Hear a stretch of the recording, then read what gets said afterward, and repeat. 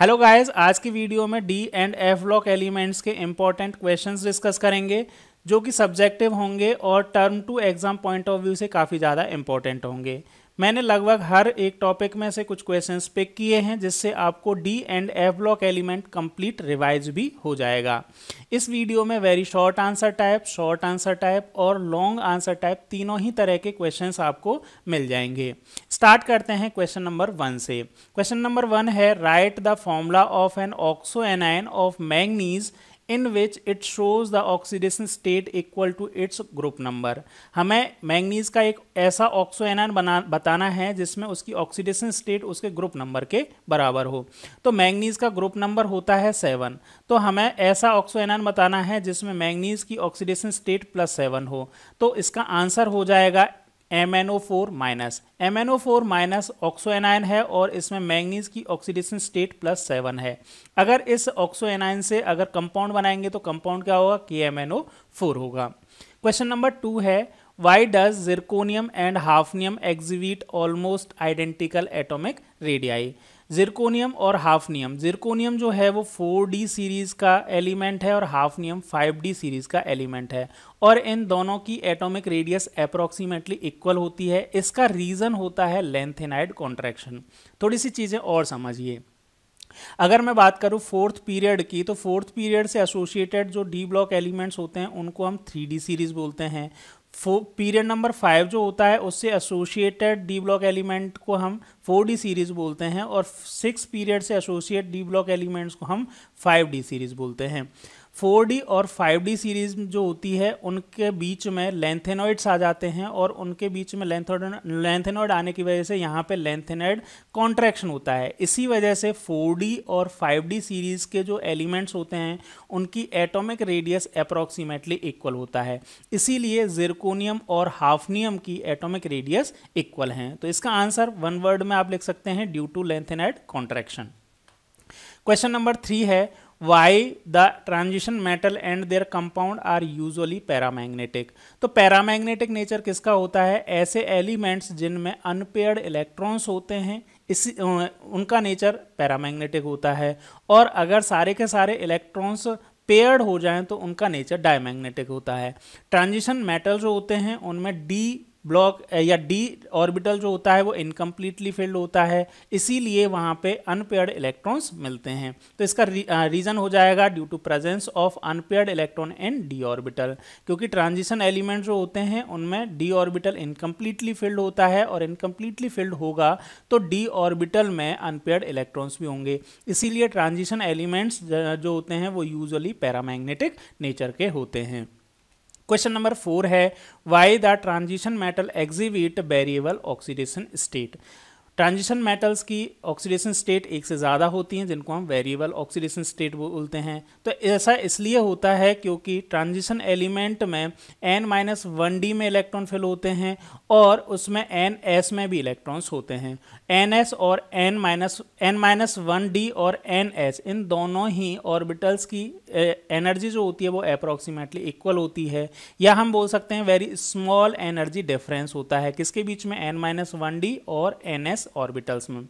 जब ये transition metals compound form करते हैं तो आउटर मोस्ट या वैलेंस शेल तो इसमें ns है, लेकिन क्योंकि ns की एनर्जी n-1d के बराबर होती है इसीलिए यहाँ पे जो बॉन्ड फॉर्मेशन के लिए n-1d के इलेक्ट्रॉन्स भी पार्टिसिपेट करते हैं।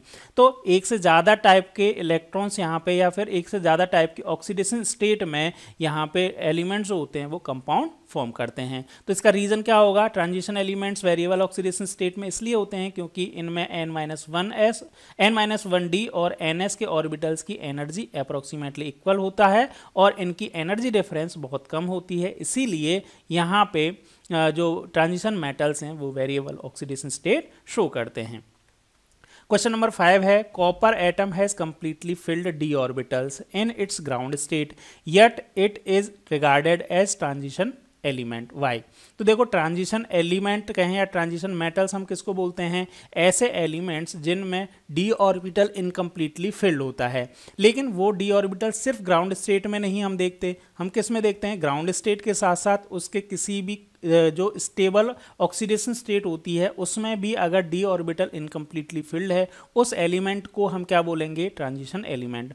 तो कॉपर का ग्राउंड स्टेट में तो जो इलेक्ट्रॉनिक कॉन्फ़िगरेशन है वो फुली फिल्ड है, लेकिन कॉपर की +2 ऑक्सीडेशन स्टेट में अगर हम देखेंगे, मतलब कॉपर का इलेक्ट्रॉनिक कॉन्फ़िगरेशन होता है 3d10 एंड 4s1, लेकिन जब इसका +2 ऑक्सीडेशन स्टेट बनता है तो यहाँ पे इसका इलेक्ट्रॉनिक कॉन्फ़िगरेशन हो जाता है 3d9, और 3d9 होने की वजह से, और ये +2 ऑक्सीडेशन स्टेट में, एक्वस स्टेट में कॉपर +2 स्टेट में स्टेबल होता है, इसीलिए 3d9 यहाँ पे कैसा है, इसका ये इनकम्प्लीट डी ऑर्बिटल बन गया।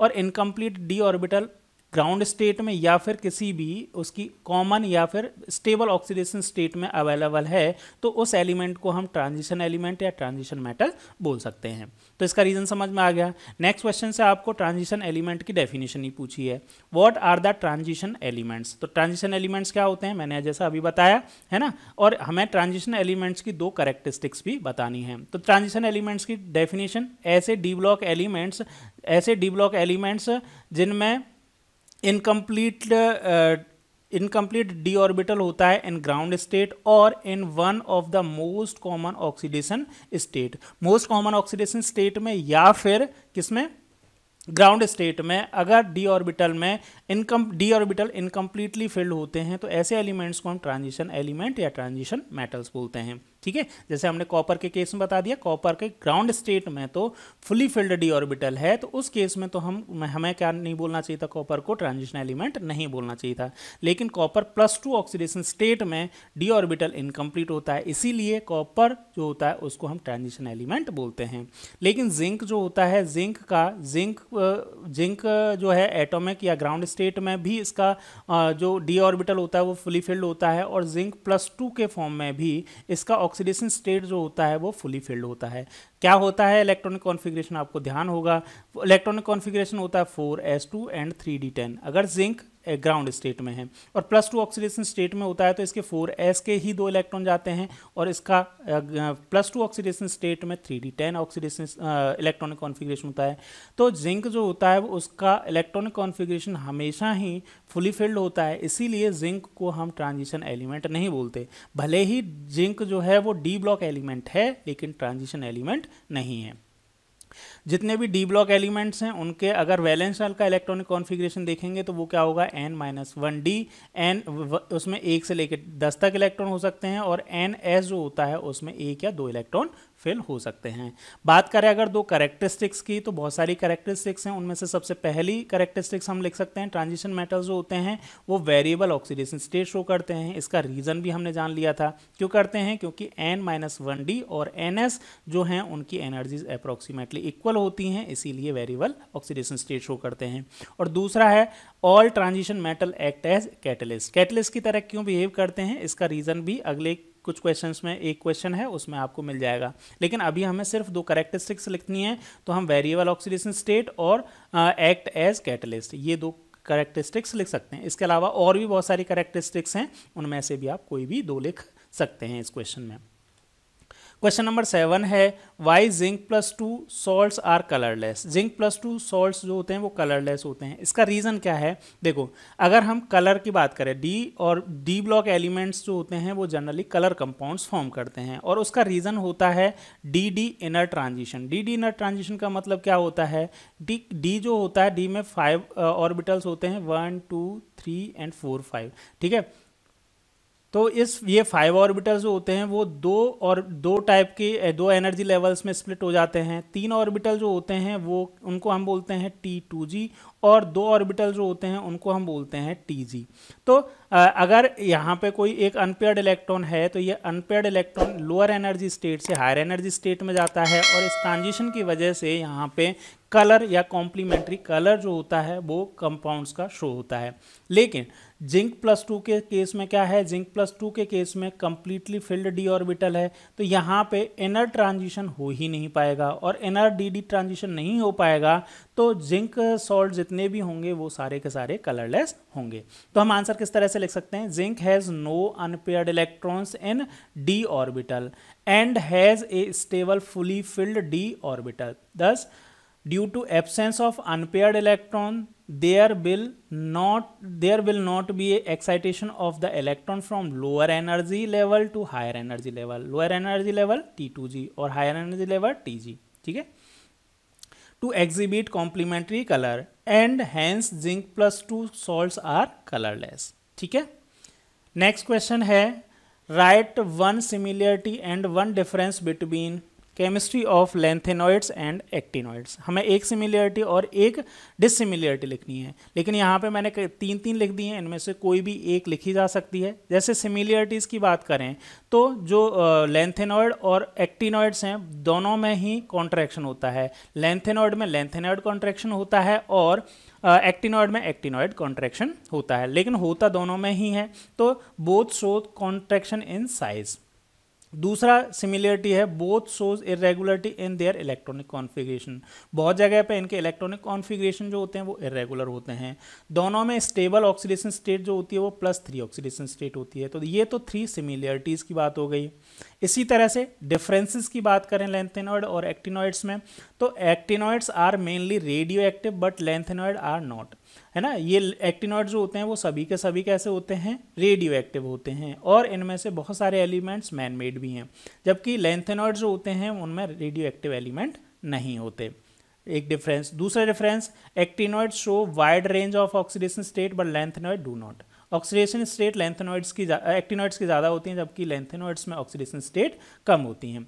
और एक्टिनॉइड्स में जो एक्टिनॉइड कॉन्ट्रैक्शन होता है वो ज़्यादा होता है देन लैंथेनॉइड कॉन्ट्रैक्शन, ठीक है। तो ये डिफरेंसेस हो गए। क्वेश्चन में तो सिर्फ एक एक डिफरेंस पूछा है, आप इनमें से कोई भी एक डिफरेंस लिख सकते हैं।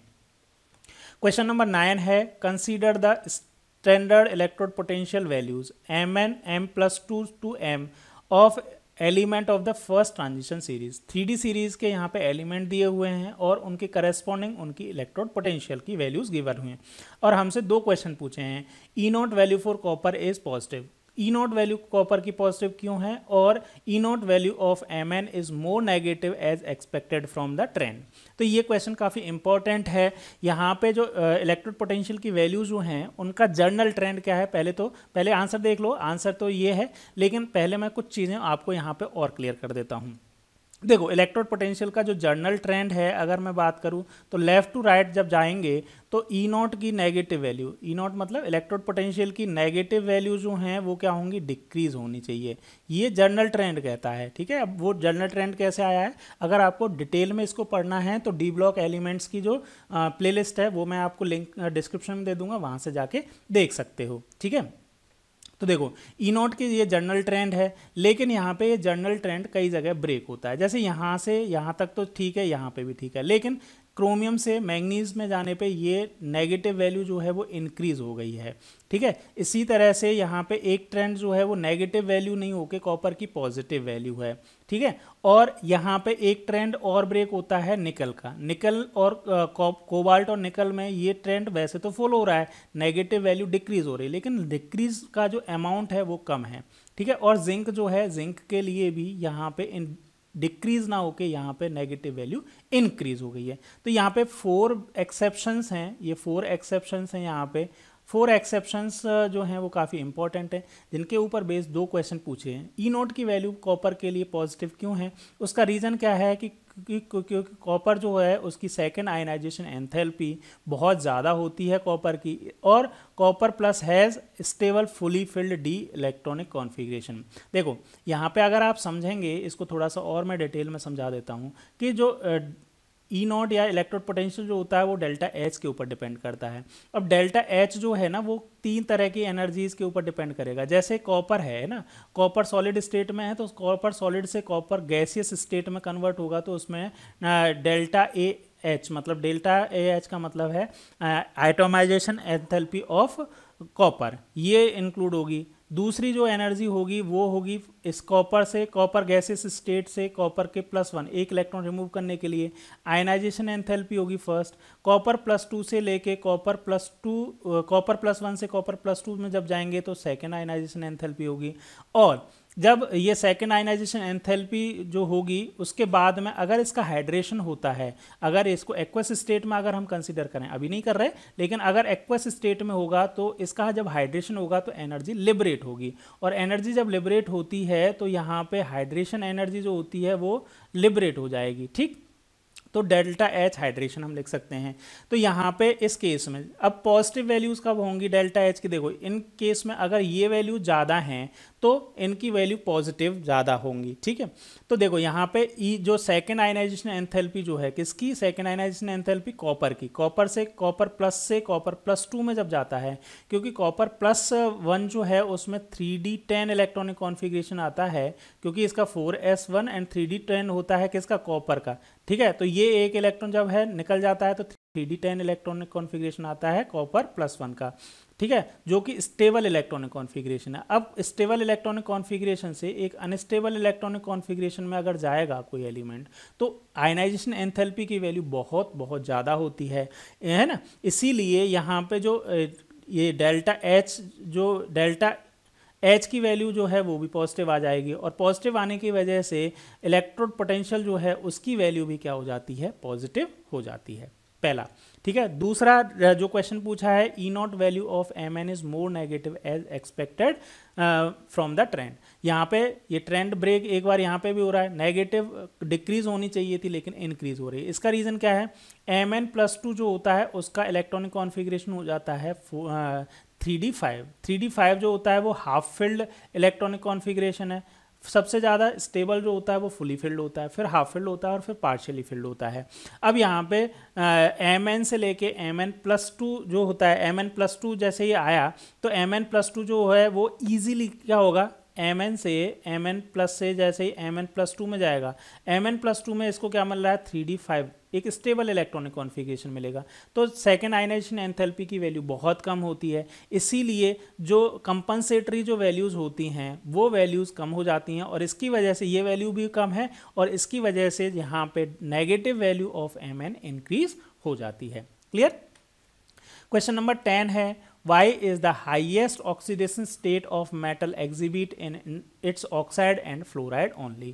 तो जितने भी ट्रांजिशन एलिमेंट्स हैं उनकी हायर ऑक्सीडेशन स्टेट ऑक्साइड और फ्लोराइड के साथ में स्टेबल होती हैं। ऐसा क्यों है, इसका रीज़न क्या है, ऑक्साइड और फ्लोराइड, ऑक्साइड क्या होता है O-2 और फ्लोराइड क्या होता है F-। देखो मोस्ट इलेक्ट्रोनेगेटिव एलिमेंट्स की अगर हम बात करें तो तीन होते हैं, फ्लोरीन, ऑक्सीजन और नाइट्रोजन, है ना। तो टॉप 2 तो क्या है, फ्लोरीन और ऑक्सीजन है। अगर इनके ऊपर नेगेटिव चार्ज और आ जाए तो इनकी इलेक्ट्रोनेगेटिविटी और ज़्यादा इंक्रीज हो जाती है। तो फ्लोराइड और ये जो हैं वो हाईली इलेक्ट्रोनेगेटिव हैं, और हाईली इलेक्ट्रोनेगेटिव होने के साथ साथ में ये कौन से ग्रुप के एलिमेंट्स हैं, कौन से पीरियड के एलिमेंट है, सेकेंड। तो इनका साइज भी क्या है, स्मॉल है। इसीलिए क्या है, due to these property they are able to oxidise metal to its highest oxidation state. अब इलेक्ट्रोनेगेटिविटी इनकी ज़्यादा है, इलेक्ट्रोनेगेटिविटी ज़्यादा होने की वजह से जब ये ऑक्सीजन या फ्लोरीन इन मेटल या फिर 3D या फिर ट्रांजिशन मेटल्स के साथ में जब क्या करते हैं, बॉन्ड फॉर्म करते हैं, तो ये क्या करते हैं, इलेक्ट्रॉन्स को अपनी तरफ ज़्यादा अट्रैक्ट करेंगे क्योंकि इनकी इलेक्ट्रोनेगेटिविटी ज़्यादा है, ठीक है। और मैक्सिमम ये इलेक्ट्रॉन को अट्रैक्ट कर सकते हैं, यानी कि मेटल से ज़्यादा इलेक्ट्रॉन्स को अट्रैक्ट कर सकते हैं। इसीलिए मैक्सिमम इलेक्ट्रॉन्स अट्रैक्ट हो जाएंगे तो इनकी ऑक्सीडेशन स्टेट भी क्या हो जाएगी, मैक्सिमम हो सकती है। इसीलिए हाईएस्ट ऑक्सीडेशन स्टेट जो होती है मेटल्स फ्लोराइड या ऑक्साइड से के साथ में शो करते हैं। तो आंसर आपको क्या लिखना है कि ऑक्साइड और फ्लोराइड की हाई इलेक्ट्रोनेगेटिविटी नेगेटिव होने की वजह से और स्मॉल साइज होने की वजह से, ये दो रीज़न है, हाई इलेक्ट्रोनेगेटिविटी और स्मॉल साइज, इनकी वजह से क्या करते हैं, highest oxidation state metals fluoride और क्लोराइड के साथ ही शो करते हैं।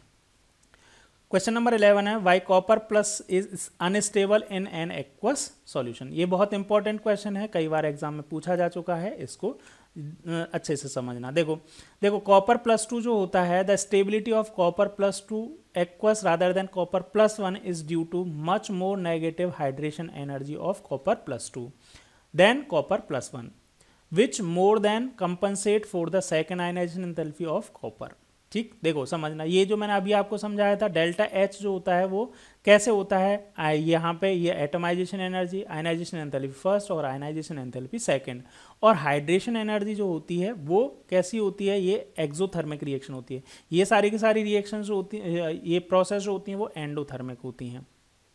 तो जब हम कॉपर प्लस जो है कॉपर प्लस 1 जो है वो सॉलिड स्टेट या गैसेस स्टेट में तो स्टेबल है, लेकिन जब हम कॉपर प्लस 2 का क्या कराते हैं, हाइड्रेशन कराते हैं, मतलब वाटर में डिसॉल्व करते हैं कॉपर सॉल्ट्स को, कॉपर प्लस 1 सॉल्ट्स को, तो कॉपर प्लस 1 सॉल्ट्स जो होते हैं वो डिस्प्रपोर्शनेट होके इस तरह की बनाते हैं। और इस तरह के बनाने के पीछे रीज़न क्या है कि कॉपर प्लस 2 जो होता है उनका ये हाइड्रेशन एनर्जी जो होती है वो बहुत ज़्यादा होती है, सेकेंड आयनाइजेशन एंथैल्पी से भी ज़्यादा होती है, इससे भी ज़्यादा होती है।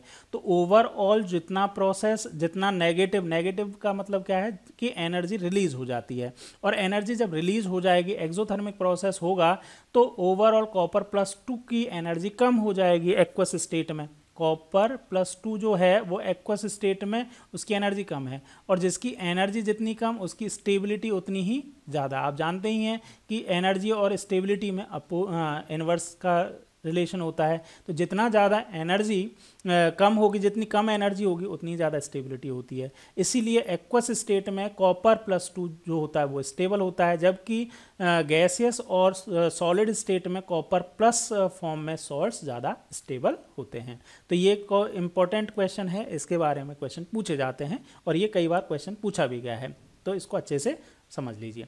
नेक्स्ट क्वेश्चन है what is misch metal, give one use. तो मिस मेटल क्या है? Misch metal is an alloy with composition of 95% lanthanoid metal, 5% iron and traces of sulphur, carbon, calcium and aluminium. Mainly lanthanoid का जो alloy है उसको misch metal बोलते हैं। इसका यूज किस में किया जाता है? यूज की बात करें, it's alloy of magnesium is use to produce bullets, shells and flints. इसका यूज जो है बुलेट्स बनाने के लिए, सेल्स बनाने के लिए और फ्लिंट्स बनाने के लिए किया जाता है। क्वेश्चन नंबर 13 है scandium plus 3 is colourless in aqueous solution whereas titanium plus 3 is coloured.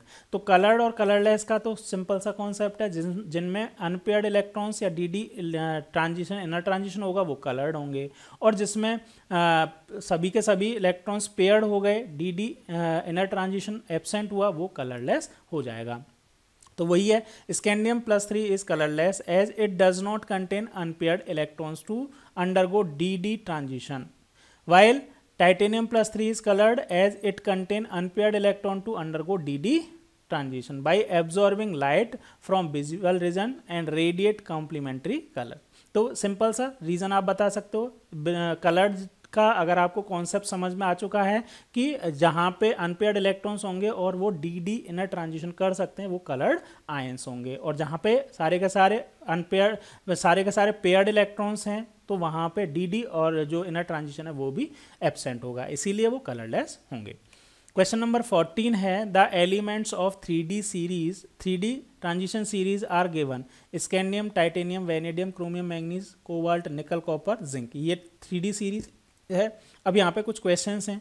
Right the element which is not regarded as transition element and give reason. तो ट्रांजिशन एलिमेंट कौन सा नहीं होगा? ऐसे एलिमेंट जो ground state में और उनके आयनिक या मोस्ट कॉमन ऑक्सीडेशन स्टेट में फुली फिल्ड होते हैं, वो क्या से होते हैं? आपके नॉन ट्रांजिशन होते हैं। तो इसका आंसर क्या होगा? जिंक। जिंक के बारे में मैंने बताया, जिंक जो होता है वो जिंक जो होता है उसका इलेक्ट्रॉनिक कॉन्फ़िगरेशन जो होता है वो ग्राउंड स्टेट में फुली फिल्ड होता है, और इसका मोस्ट कॉमन ऑक्सीडेशन स्टेट +2 होता है।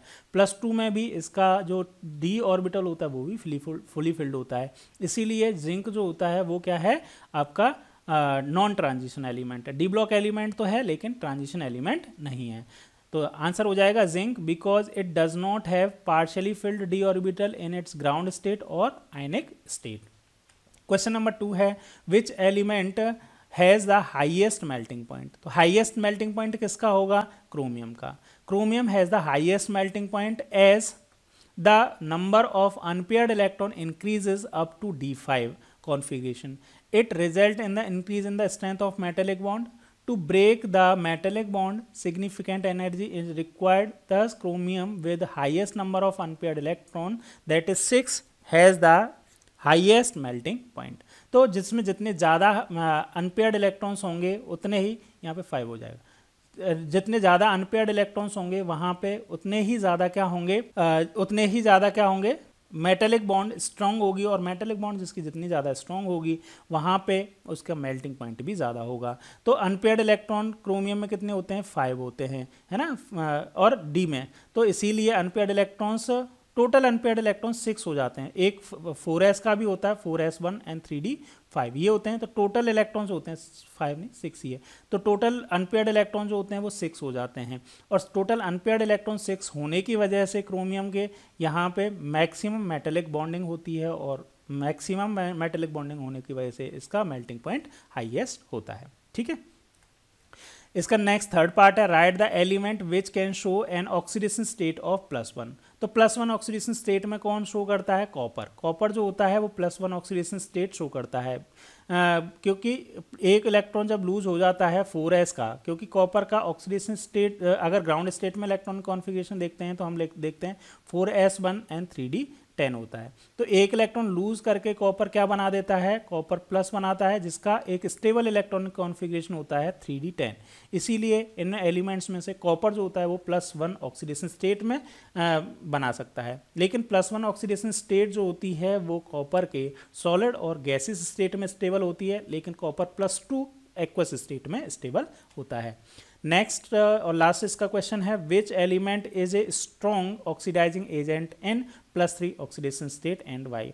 तो मैंगनीज जो होता है वो स्ट्रॉन्गेस्ट ऑक्सीडाइजिंग एजेंट होता है +3 ऑक्सीडेशन स्टेट में, because changes of Mn+3 to Mn+2 gives stable half filled d orbit d5 configuration. Mn+2 जो होता है उसका इलेक्ट्रॉनिक कॉन्फ़िगरेशन d5 होता है, जो कि एक half filled stable electronic configuration होता है। इसीलिए मैंगनीज जो है वो स्ट्रॉन्ग ऑक्सीडाइजिंग एजेंट होगा। क्वेश्चन नंबर 15 है, गिव रीजन्स। यहाँ पे 4 क्वेश्चंस दे रखे हैं, उनके हमें रीजन देना है। फर्स्ट है, E0 value of Mn+3 to Mn+2 couple is more positive than that of Fe+3 to Fe+2। इसका रीज़न है because Mn+2 is more stable than Mn+3। Mn+2 की जो इलेक्ट्रॉनिक कॉन्फ़िगरेशन होता है वो होता है 3d5, तो 3d5 से 3d4 में जाने के लिए अनस्टेबिलिटी होती है, जबकि Fe+2 जो होता है उसका इलेक्ट्रॉनिक कॉन्फ़िगरेशन होता है 3d6। 3d6 से अगर एक इलेक्ट्रॉन जाएगा तो +3 बन जाएगा, Fe+3 बनेगा, और वो स्टेबल इलेक्ट्रॉनिक कॉन्फ़िगरेशन 3d5 में बन जाएगा, ये Fe+3 में बनेगा। तो इस ईजी प्रोसेस कौन सा है, ये वाला प्रोसेस है। इसीलिए become unstable after losing an electron from half filled orbital. इसीलिए जो Mn+3 से Mn+2 कपल की जो E0 वैल्यू हैं वो मोर पॉजिटिव होती हैं। सेकेंड इसका है, iron has higher enthalpy of atomisation than that of copper. तो एटमाइजेशन एनर्जी का मतलब है जो सॉलिड है उससे गैसेस स्टेट में कन्वर्ट होना। तो जिसमें जितने ज़्यादा अनपेयर्ड इलेक्ट्रॉन्स होंगे उसके लिए एटमाइजेशन एंथैल्पी की वैल्यू उतनी ही ज़्यादा होगी।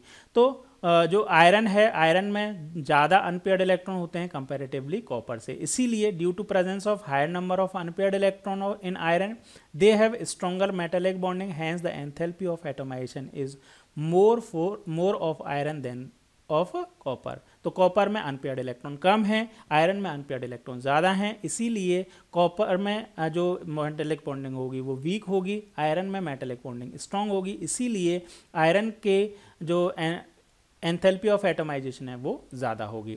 नेक्स्ट है, स्कैंडियम+3 is colourless in aqueous solution whereas टाइटेनियम+3 इज कलर्ड। तो इसका आंसर तो हम दे चुके हैं। स्कैंडियम+3 जो होता है उसका कलरलेस होने का रीज़न है कि इसमें सारे के सारे इलेक्ट्रॉन्स पेयर्ड होते हैं, इसीलिए कलरलेस होता है, जबकि टाइटेनियम+3 में इलेक्ट्रॉन्स जो होते हैं वो अनपेयर्ड होते हैं और इनमें dd इनर ट्रांजिशन भी होता है। Last question, transition element act as catalyst. Catalyst की तरह क्यों बिहेव करते हैं, उसके कुछ रीजंस हैं। Transition element have the ability to absorb many other substance on their surface and activate them as a result of chemisorption. तो जो डीप ब्लॉक एलिमेंट्स होते हैं वो अदर एलिमेंट्स को अपनी सरफेस के ऊपर क्या कर लेते हैं, एब्जॉर्ब कर लेते हैं, केमी एब्जॉर्प्शन होता है। दूसरा रीज़न क्या है, transition metal also exhibit variable oxidation state. Transition elements की ऑक्सीडेशन स्टेट एक से ज़्यादा होती हैं, इसीलिए and can change oxidation state relatively easily. तो इनकी जो ऑक्सीडेशन स्टेट होती हैं रिलेटिवली इजीली चेंज भी हो जाती हैं। तो इन दो वजह से जो ट्रांजिशन एलिमेंट्स हैं वो और उनके कंपाउंड गुड कैटलिस्ट होते हैं। ठीक है, तो ये हमने कुछ इंपॉर्टेंट क्वेश्चंस डिस्कस किए D and F block elements के। अगर आपको ये वीडियो अच्छी लगी है तो इस वीडियो को लाइक कीजिए और चैनल को सब्सक्राइब कीजिए। Thank you.